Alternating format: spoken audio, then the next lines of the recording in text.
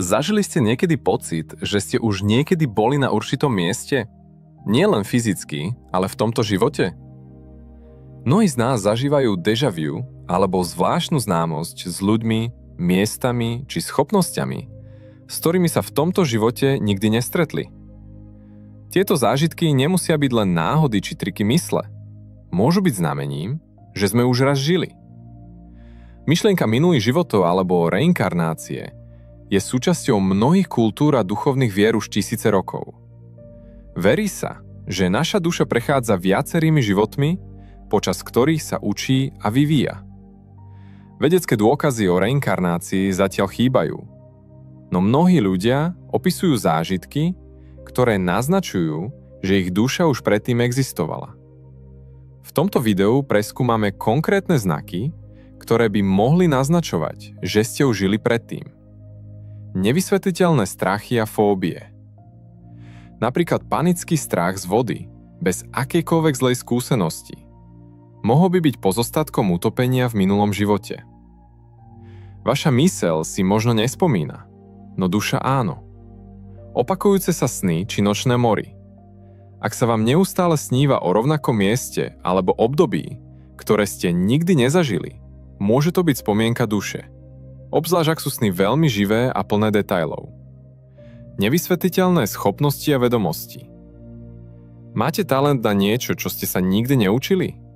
Napríklad prirodzený talent na hudbu, maľbu či cudzie jazyky? Môže ísť o schopnosti získané v minulých životoch. Xenogósia. Fenomén, keď človek rozpráva alebo rozumie cudziemu jazyku, ktorý sa nikdy neučil. Hoci ide o kontroverznú tému, niektorí veria, že ide o dôkaz minulého života, kde sa týmto jazykom hovorilo.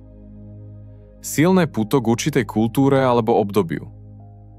Môžete pociťovať hlbokú náklonnosť k histórii, tradíciám alebo miestu, s ktorým nemáte žiadne racionálne spojenie. Možno ste tam už kedysi žili. Déjà vu.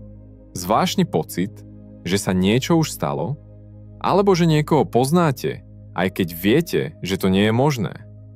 Vaša duša si však možno spomína. Nevysvetliteľné telesné znaky. Materské znamienka, chronické bolesti alebo fantomové pocity môžu mať súvislosť so spôsobom smrti alebo zraneniami z minulých životov. Pohybová pamäť duše.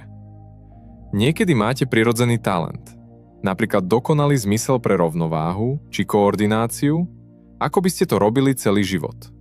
Možno aj viacero životov. Intenzívne spojenia s ľuďmi. Stretnete niekoho a okamžite máte pocit, že ho poznáte. Alebo naopak, cítite silné napätie bez zjavného dôvodu. Môže ísť o duše, ktoré ste stretli už v minulých životoch, ako partnerov, priateľov alebo dokonca rivalov. Pocit, že nepatríte. Cítite sa mimo tohto sveta, alebo máte túžbu po inom čase či mieste. Tento pocit môže naznačovať, že vaša duša zažila časy a miesta, kde sa cítila doma.